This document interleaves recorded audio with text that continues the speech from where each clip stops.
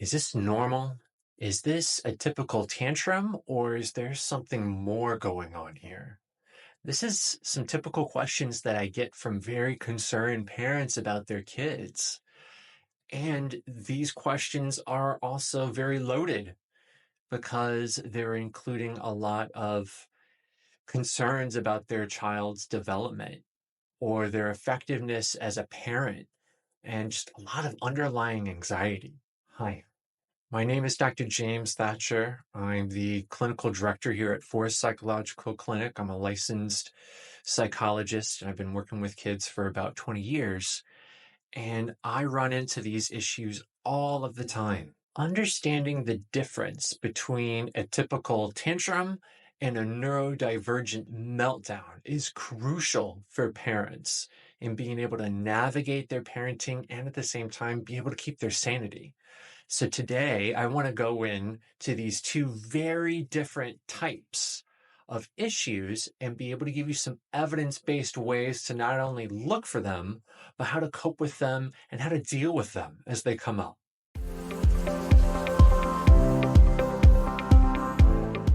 Let's start our discussion off with tantrums. Tantrums are a very normal part of development. I've got a young son who just turned past a year, and believe me, it's very normal. And it typically happens between a year to 4 years of age. And this is where children are starting to develop emotional regulation skills. And the research shows that tantrums follow a very predictable trajectory to where frustration will lead to anger. And if that continues, the anger is going to lead into a lot of distress. So let me give you some classic examples to really wrap your mind around it if you haven't seen a tantrum already, but I bet you anything you probably have. Tantrums have three main characteristics. The first one is they have a purpose. Tantrums are goal-directed. They want something from you. And when they don't get what they want from you, be it a toy or an extra snack or to be picked up or anything, and when that desire is blocked by you, that's when a tantrum comes up. And a tantrum is an attempt, albeit a very immature one, to change your behavior. Let me share an example with you. So I worked with a mother one time and she gave me a classic example of a tantrum. She and her young son were sitting at the dinner table and he wanted to play on his tablet while they were eating dinner. When she said no, he threw a tantrum. He was yelling and screaming and pounding on the table. But when she excused herself to go to the other room and take a call, once she left the room, the tantrum stopped. It was dead silence in the other room. And then she saw him peek around the corner to look to see if she was paying attention. And then once she made eye contact, boom, it started up again. This is classic. He was trying to get her attention. He's trying to have her change her behavior and say yes to make the tantrum go away. This awareness is a telltale sign that what your child is going through is a tantrum because they have enough control over their behavior to modulate to where when you're in the room, they're having a tantrum. When you leave the room, it stops. They're changing their behavior based off of the audience that's there. If there's no audience, there's no drama. They're looking for that audience. They're looking for your input. They're looking to change your behavior. And if you're not around to do that, the second sign that it's a tantrum is that it resolves when the goal is achieved. So tantrums are going to end in one of three ways. They get what they want. They realize that they're probably not going to get what they want, or they're given an acceptable alternative to what they wanted. And the third characteristic of a tantrum is that they will respond to consistent boundaries. So research has shown, and experienced parents will know, that when you give consistent boundaries to kids, where this is the line, and once it's crossed, then there's a consequence to it. Or I said no, and I'm standing by what I mean. Consistent responses to tantrums actually reduce the frequency of them over time. And as that happens, children learn other more effective ways to communicate their needs. So let's talk about meltdowns. Meltdowns, by contrast, are not a behavioral strategy that the child enacts in order to get a goal. Rather, it's a neurological response to being overwhelmed with sensory issues or way too much emotional input. Even though meltdowns can be common in children with autism or other neurodivergent issues, any child can experience a meltdown, especially when they become overloaded beyond what they can regulate. So now let's talk about the 3 key characteristics of a meltdown. The first one is that they're due to physiological overwhelm and not because they're goal directed. During a meltdown, your child isn't trying to achieve anything. They don't have a goal. Their system has been pushed beyond its limits to where now they're in fight or flight mode. They are overwhelmed with what's going on, either externally or internally. And this neurological flooding makes rational thought and behavior control temporarily impossible. Research has shown that during a meltdown, the brain's threat detection system is greatly activated, while executive functioning skills, so being able to plan ahead, decision making, concentration, attention, that's been suppressed. So being able to make rational thoughts, be able to talk about what's going on, that's not happening at that moment. And when you expect your child to talk about their feelings when they're in the middle of these things, it's next to impossible. You have to wait for it to ride out. And I'll get into that here in a minute, but you have to wait for it to go through its course before you can engage in a rational conversation about what happened, what's the triggers, what's going on here. And this is why when they're in the middle of a meltdown, using effective coping strategies is very difficult in that moment, if not next to impossible. So unlike tantrums that tend to stop once the goal is reached, once they get what they want, meltdowns have a neurological arc to where they only really stop once it's fully complete. An analogy could be almost like an electrical circuit, to where it's just got to discharge for it to be over with. And the third key characteristic of a meltdown is that they have identifiable triggers. So even in the moment, if they seem like they come out of nowhere, I can guarantee you that something caused it. It may not be obvious in that moment, but something is going on that has caused this meltdown. So let me give you some examples. It could be sensory overwhelm. Maybe you're in an environment with bright lights, or there's a lot of loud noises, or the texture on them is just overwhelming. The clothing that they have on them is overwhelming. Another one is transition difficulties. So moving from one thing to the other. Maybe they didn't expect it. Maybe there was an abrupt change. That can flip that switch, and then they can have a meltdown. Another one is emotional flooding. That's when they have way too many emotions to fully process this. And another one could be accumulated stress. So just one little thing after the other during the day, and finally it was the straw that broke the camel's back, or there was finally just a big enough crack in the dam and it all comes out. Let me give you an example of a meltdown that I heard from a parent one time during therapy. So where they were at the aquarium, and seemingly out of nowhere, their child just broke down, crying, screaming, laying on the floor. And no matter what they tried to do, they couldn't calm them down. They gave them snacks. What if I gave you a hug? Nothing seemed to work.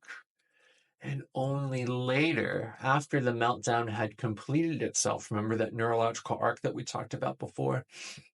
Once it completed itself, were they able to discuss, and the mom realized, oh, it was because of the fluorescent lights that were going on and the loud noises from the crowd, and that there was just too many people that was around.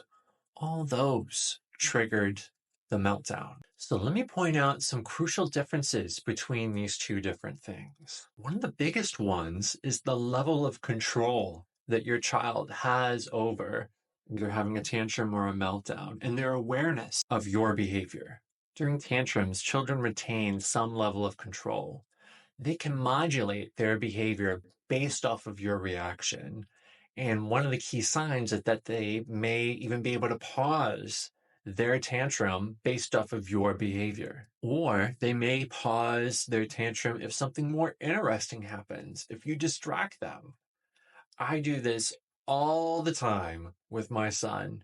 If he's having a tantrum, maybe his grandparents are there and they distract him, and oh, he's back to smiles.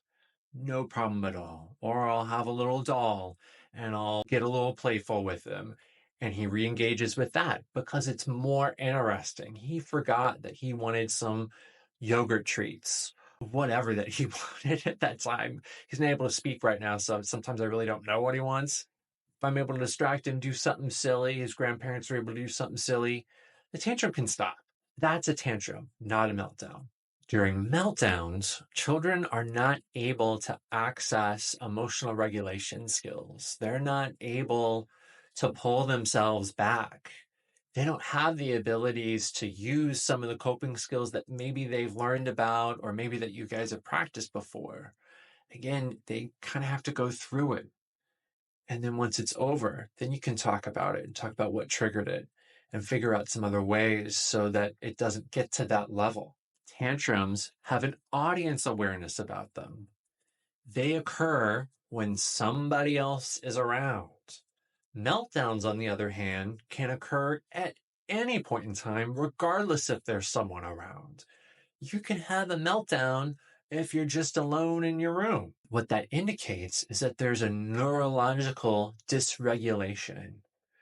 You're just so overwhelmed, too many emotions, too much sensory. The straw that broke the camel's back, just the accumulated stress throughout the day. It is too much. So let's go over some ways that you can support your kid during each of these things, be it a tantrum or a meltdown.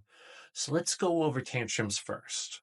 One evidence-based way to help your kid is to set clear and consistent boundaries. Another one is avoiding reinforcement. And sometimes during a tantrum, what they're seeking is your attention. And that can be positive or negative. In order to deal with this, removing yourself from the environment. Or one method to where if that's not possible, maybe you need to remove the child from the environment and go, uh-oh, it's time to go take a break now. Let's go to your room and you can come out when you're sweet. Put them in their room for a little bit of a timeout so they can calm down. And I want you to notice how I said that. If you end up using this method, you can use that like a broken record and you just say that same line with the same intonation each and every time. And that's going to trigger your child to know, oh, they're serious. I'm going into a timeout.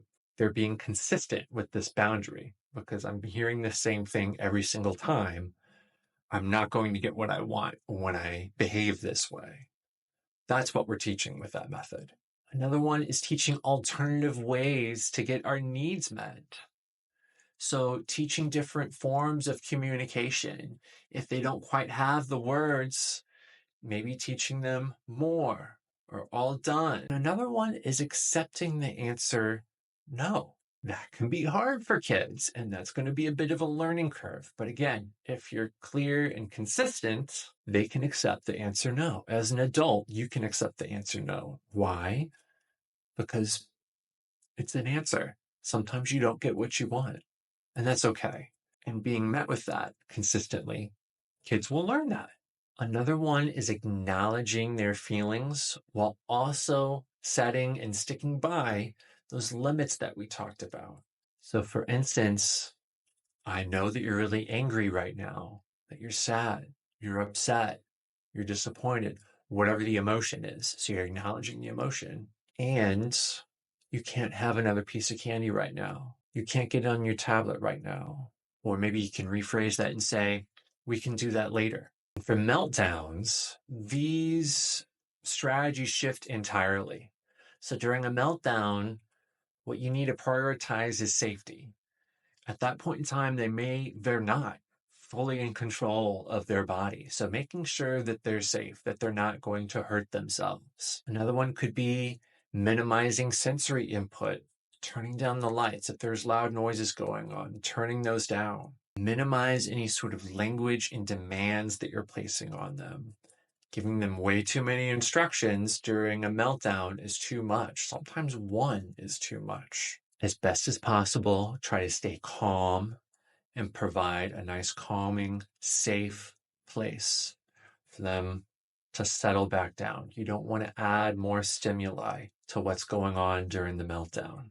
And of course, afterwards, analyze any sort of triggers that may have initiated the meltdown. Again, it may not seem very obvious at first, but I guarantee you something happened. Something set that off. They do not come out of nowhere.